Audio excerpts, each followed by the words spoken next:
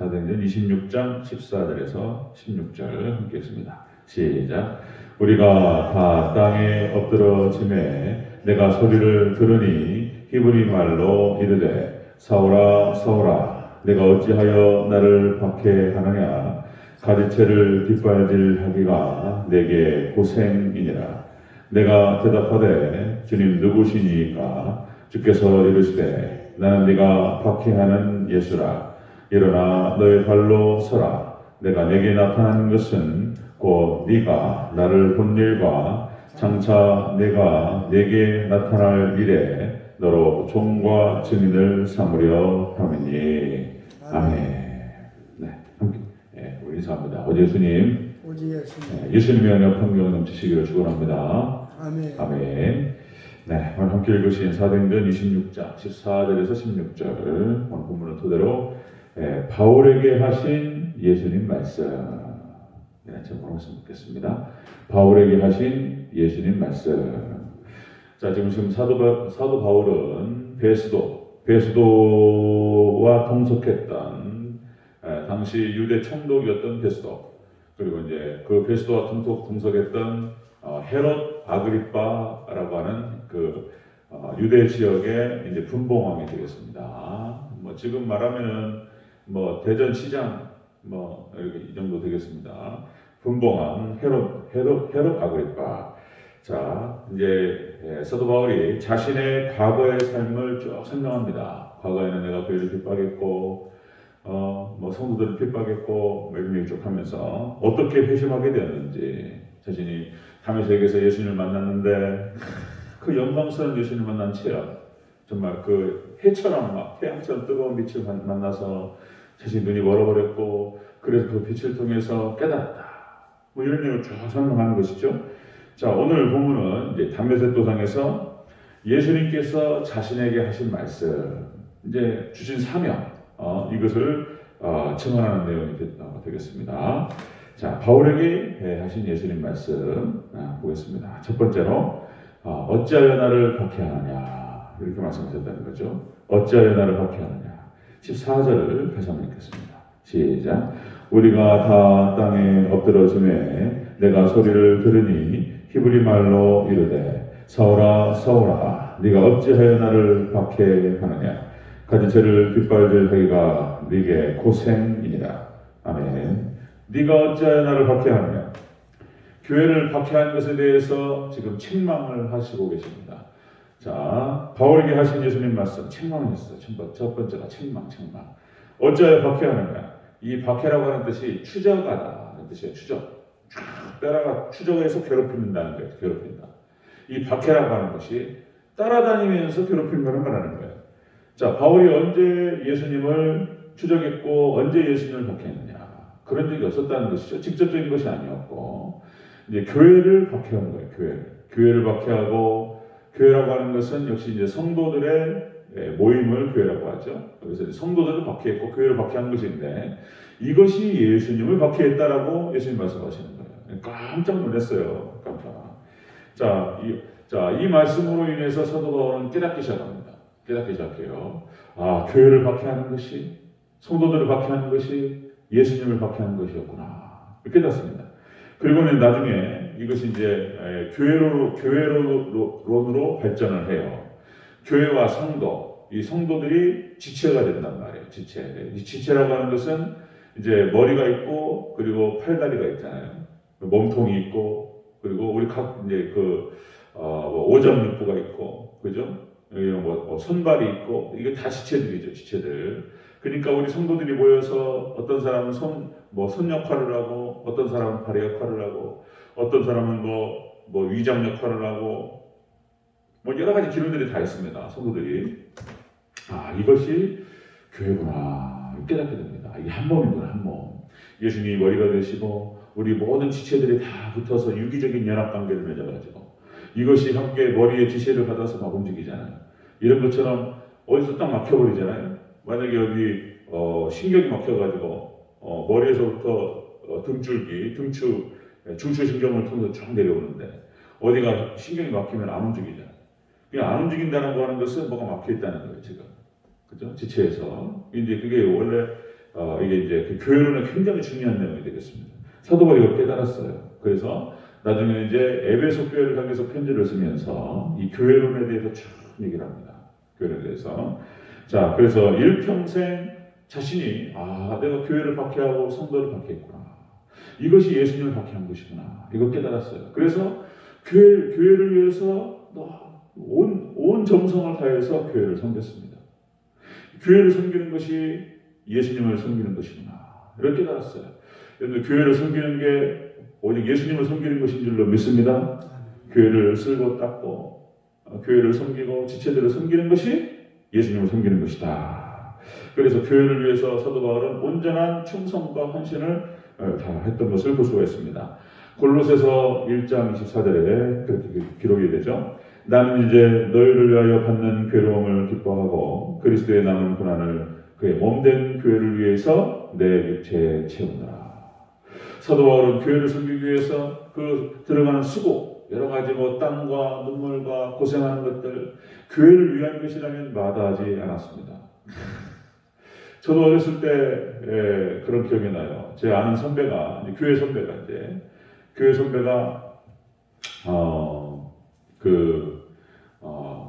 중고등부를 쭉 지내고, 그리고 이제 청년부로 올라가서 이제 대학부를 섬기고 그랬던 선배가 있었는데, 어떻게 하다가 이제 교회를 떠나게 되었습니다. 교회를 떠나서 이제 서울로 올라가야 되는 상황이었습니다. 그 선배가 이제 마지막에 이제 그 소감을 얘기하면서 그런 얘기를 하더라고요. 교회를 너무 사랑했다. 정말 교회 일이라면 그 어떤 일보다도 우선을 뒀고 정말 교회를 사랑했다. 이런 표현을 쓰더라고요. 그러면서 이제 떠나게 되는데 정말 교회가 부흥하기 바라고 교회에서 우리 식구들 정말 잘 지내길 바라고 이렇게 했던 기억이 나요. 그때 선배가 했던 그 멘트 중에서 이야기, 그러니까 교회를 너무나 사랑했고 그리고 그 어떤 것보다도 교회를 우선시했다. 이러면서 이제 그 떠나는 그 마음 아픈 그 감정을 쭉 얘기하는 것을 제가 이제 들었던 기억이 나요. 지금도. 근데 그 선배가 어디서 뭐 하다는지 지금 잘 모르겠습니다만 저도 그랬어요. 저도 교회를 너무 사랑했어요. 그래서 중고등부 거의 교회 살다시피 했어요. 그래서 당숙들도 그렇고 가까이 살던 우리 당숙이 바로 우리 옆 집에서 바로 그냥 한 200m나 떨어졌나. 그 당숙께서 공주사대 나오셨어요. 공주사대 나와가지고 학교 선생님이셨고 그리고 당시 공주사대면은 하여튼 굉장히 공부를 잘하셨던 분이에요. 그리고 교장 선생님으로 은퇴하셨는데 이제 어머니가 이제 진영이가 공부 안 하고 그냥 교회 산다고 그러니까 그냥 한번 부르셔가지고 너 교회 사는 거 교회도 좋지만 공부 열심히 해야 된다 이렇게 야단 맞고 그랬던 기억이 나요.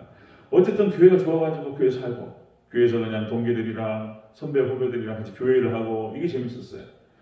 교회 일이랑 무조건 나서서 그렇게 했던 기억이 나는데, 자, 이 바울에게 예수님께서 말씀하십니다. 그런데 이거 지금 나를 박해했다는 거예요. 교회를 박해했다는 거예요. 이걸 책망하시는 것을 볼 수 있습니다. 교회를 박해하면 책망하셨고요. 두 번째 바울에게 하신 말씀, 예수님 말씀. 두 번째로 나는 네가 박해하는 예수라 이렇게 말씀하세요. 15절을 마쳤습니다. 시작. 내가 대답하되 주님 누구시니까? 주께서 이르시되 나는 네가 박해하는 예수라. 아멘. 나는 네가 박해하는 예수라. 자, 이 말이 또 무슨 얘기냐면은, 자, 하나님을 대적했다는 거예요. 사도 바울이. 하나님을 대적했다. 내가 하나님을 섬기려고, 율법을 갖다가 섬기면서, 그리고 교회를 갖다가, 뿌리 뽑아버려야 되겠다. 이것이 하나님께 충성하는 것으로 알았는데, 세상에 잘못 알았다. 여기서 주여 이렇게 표현하죠. 내가 대답하되 주여 누구십니까? 이 주여라고 하는 말이 큐리오스라는 뜻입니다. 큐리오스. 이것이 이제 헬라말로 큐리오스로 주님, 그 다음에 왕, 군주 이런 뜻이에요. 그리고 이 큐리오스가 하나님으로도 해석이 돼요. 하나님 이렇게 부른 거예요. 하나님. 자, 바울이 어떻게 하나님을 대적했냔 말이에요. 제가 언제 하나님 대적했습니까? 근데 지금 예수님께서 하나님께서 그렇게 말씀하시는 거예요. 네가 나를 대적했다. 네가 나의 반대편에 서가지고 나를 대적했다. 사도 바울은 이런 거예요. 사도 바울은 그냥 율법에 매였을 뿐인 거예요. 율법에 매여서 이게 하나에 매이면 다른 게 안 보여요. 율법에 매여서 율법 안에 있는 복음을 못 본 것 뿐이에요. 율법의 구약성경의 율법 속에서 예수님의 피가 흐르고 그러면서 그 율법 안에 복음이 있는데 그 예수님을 못 봤어요. 율법 학자로서 열심히 율법을 연구한다고 했지만 율법 안에 들어있는 그 복음의 의미를 못 본 것 뿐이에요. 균형을 상실했을 뿐이에요. 그러니까 이제 그런 거예요. 그러니까 시각의 균형을 잃었고 그렇게 해서 진리에 대한 깨달음이 부족했을 뿐인 거예요. 그런데 세상에 진리에 대한 깨달음이 부족했을 뿐인데 그것이 나중에는 저희가 하나님을 대적하는 이런 형태가 나타났다는 거예요. 그래서 여러분들 우리가 기독교인으로서 하나님 백성으로서 가장 중요한 게 뭐냐면 여러분들 하나님을 아는 지식이 가장 중요한 줄을 믿으시기를 축원합니다. 하나님을 잘 아는 것이 제일 중요해요. 하나님 말씀과 진리 이 말씀을 바르게 깨닫고 하나님을 잘 아는 것이 처음이자 마지막이에요. 그래서 우리가 하나님 앞에 가는 그날까지 하나님을 잘 알고 진리의 말씀을 잘 깨닫고 말씀을 잘 깨닫는 것 이것이 일이다. 사람들이 이게 부족해서 망하는 거예요. 이게 지금 무지에서 망합니다. 무지에서. 자, 그래서 하나님을 잘 모르기 때문에 하나님을 대적하는 거예요. 자, 사도행전 4장 26절 27절에 세상의 군왕들이 나서며 관리들이 함께 모여 주와 그의 그리스도를 대적하다 하신 요소이다. 자, 과연 헤롯과 본디오 빌라도는 이방인과 이스라엘 백성과 합세하여 하나님께서 기름 부으신 거룩한 정을 거슬러 사람들이 합세해가지고 예수님을 거슬렀다는 거예요. 이게 무슨 얘기냐면 역시 몰라서 하나님을 모르기 때문에 하나님 대적한다는 거예요. 여러분들 다른 것보다도 역시 하나님을 아는 지식, 진리를 깨닫는 대로 더욱더 깊이 나아가시기를 축원합니다. 몰라서 대적하는 거예요. 몰라서. 하나님이 우주 만물의 창조자시고 조성자이시고 운영자이시고 모든 주권이 하나님께서 갖고 있고 이런 것들을 알아서 봐요. 그리고 체험했고 야, 이 하나님밖에 없구나. 예수님밖에 없구나. 이걸 알았으면은 그렇게 못하는 거예요. 그보다는 모르니까 그러는 거 모르니까. 또 사단이 그걸 또 막아버려요. 사단이. 자, 바울에게 하신 예수님 말씀은 그것이었습니다. 네가 교회를 박해했고 그리고 나를 대적했다. 하나님 대적했다. 이게 책망하시면서 딱 하시는 말씀이 그거였습니다. 바울에게 하신 예수님 말씀. 자, 너로 종과 증인을 삼겠다. 이렇게 말씀하셨어요. 16절을 같이 읽습니다. 시작. 일어나 너의 발로 서라. 내가 내게 나타난 것은 곧 네가 나를 본 일과 장차 내가 내게 나타날 일에 너로 종과 증인을 삼으려 함이니. 아멘. 너를 종으로 삼겠다. 사도 바울의 주의점이 되는 것입니다. 너를 종으로 삼고 그리고 너를 증인으로 삼겠다. 이야, 이렇게 말씀하셨어요. 지금 사도 바울을 만나서 책망하시면서 그리고 너를 내가 일꾼으로 삼겠다. 이렇게 말씀하신 거예요. 바울에게 사명을 주셨습니다. 여기서 증인이라고 하는 것은 마르티스라고 해서 이 증인이 목격자라는 뜻입니다. 목격자, 증인. 그죠? 증인. 여기 순교자라는 뜻도 들어가 있습니다. 순교자. 사도 바울이 예수님을 만났어요. 와, 예수님 만나고 과거에 율법에 매여가지고 예수님 복음을 못 봤는데 예수님을 복음으로 인해서 만남을 통해서 야, 이게 눈이 떠졌습니다. 눈이 떠지고 깨달아졌어요. 예수님을 만났기 때문에 이제 우리가 사도의 조건이 있습니다. 사도의 조건. 아무나 사도라고 하지 않아요. 예수님을 잘 믿고 뭐 예수님 사랑하고 그렇다고 사도라고 하지 않습니다. 사도의 조건이 있어요. 그건 첫 번째가 뭐냐면 제자예요. 제자. 12제자가 예수님 따라다니잖아요. 3년을. 이 예수님을 바로 옆에서 같이 지켜보고 따라다녔던 사람이어야 돼요. 이게 첫 번째 조건이고 두 번째는 뭐냐면 예수님께서 부활하신 것을 목격한 사람이어야 돼요. 예수님이 증인되는 것입니다. 예수님 부활하신 것을 받고 그리고 체험했어요. 그리고 예수님 살아나셨다. 예수님께서 바로 우리의 메시아이시고 우리 주님이시다. 이렇게 증인이 되는 거예요. 사도 바울이 부활하신 예수님을 만난 것입니다. 그래서 바울이 사도가 되는 거예요. 사도가. 자, 이렇게 말씀하셨어요. 자, 사도행전 9장 15절 16절. 주께서 이르시되 가라. 이 사람은 내 이름을 이방인과 임금들과 이스라엘 자손에게 전하기 위하여 택한 나의 그릇이다. 아나니에게 딱 말씀하시면서 아나니에게 자 그가 내 이름을 위하여 얼마나 고난을 받아야 할 것을 내가 그에게 보이리라. 내 이름을 위하여 얼마나 고난을 받아야 할 것을 내가 그에게 보이리라. 그러니까 사도 바울은 하나님 예수님의 증인이 되고 그리고 또 종이 되기 위해서 그렇게 세워졌고 하나님의 택한 그릇이다. 그렇게 말씀하시면서 자 이제 복음 때문에 고난을 받을 것을 하나님께서 말씀하십니다. 사도 바울에게 여러분들 우리가 다 그런 거예요. 복음과 함께 고난을 받고 복음과 함께 영광을 받는 줄로 믿습니다. 이게 진리예요, 진리. No cross, no crown 이렇게 얘기하잖아요. 십자가 없이는 영광이 없다. 이게 진리예요. 그러니까 십자가 없이는 영광이 없다. 그러니까 여러분들 모든 분야도 마찬가지입니다. 공부를 할 때에도 고생을 해서 공부를 하지 않으면 결과가 아무리 좋을 리가 없잖아요. 운동도 마찬가지입니다. 운동도 모든 분야가 다 마찬가지예요. 운동도 올림픽에 나가서 금메달을 따기 위해서는 그 운동선수들 있잖아요. 어렸을 때부터 재능이 타고나야 되겠다는 거예요. 그게 선발을 하자, 선발. 재능이 타고난 친구들은 다 선발해가지고 올림픽에서 금메달을 따기 위해서 금메달이라고 하는 것이 1등이잖아요. 세계 1등. 각 분야 말하면 레슬링, 탁구, 농구, 모든 종목에서 1등. 피겨의 여왕, 김연아. 피겨 부분에서는 세계 1위, 우리나라에서. 우리나라 아이가 김연아가 세계 1등이에요, 세계 1등. 그래서 그냥, 김연아가 그냥 은퇴한 다음에 부경원 다 얻는 거예요. 막 CF 찍고 그죠? 금메달 몇 개를 땄어요. 김연아가. 그래서 그냥 그 어린 나이에 그냥 갑부가 돼버렸어요. 그러니까, 그렇게 되기까지 김연아가 그 어렸을 때부터, 10살이 되기 전부터 아이스링크에서 땀 흘리고 넘어지고 엉덩방아 찍고 수없이 반복해서 그 고생을 10년 넘게 해가지고 금메달 따잖아요. 그러니까 십자가 없이는 면류관이 없다라고 하는 것은 진리인 거예요. 모든 분야가 마찬가지죠. 마라톤도 마찬가지입니다. 마라톤에서 금메달을 따기 위해서 얼마나 많이 뛰어요. 땀과 눈물과 그 고생을 사업도 마찬가지죠. 사업도 그냥 대충 설렁설렁 해가지고 사업이 잘 될 수는 없잖아요. 그 사업을 성공시키기 위해서 그 사장이 피눈물을 흘리고 땀을 흘리고 고생을 하고 정성을 다해서 그래야지 되는 거잖아요. 우리가 사명을 감당할 때에도 그냥 덜렁덜렁해서 감당하는 게 아니죠. 거기에는 우리가 눈물이 필요하고 땀이 필요하고 그죠? 우리가 십자가 심 같은 고생이 있을 때 여러분들 면류관 영광이 있을 줄로 믿습니다. 면류관이 있는 거예요. 자, 여러분들 이런 어떤 그 진리도 마찬가지입니다. 진리도 이렇게 노크로스 노크라운. 그런데 여러분들 자연도 마찬가지입니다. 우리가 일반은총도 자연 보상의 원리라는 게 있어요. 자연 보상의 원리. 모든 고통에는 반드시 보상이 따릅니다. 고생하잖아요. 고생하고 힘든 건 반드시 거기에 어떤 보상이 있어요.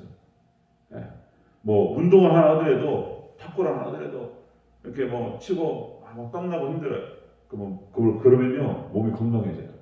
몸에 근육도 붙고 근육이라고 하는 그냥 붙는 게 아니에요. 힘들어가지고 근육이 이렇게 파열될 정도로 이렇게 고생을 해야지 근육이 튼튼해져요. 그런 거예요. 그러니까 모든 고통에는 보상이 따른다. 이런 거죠.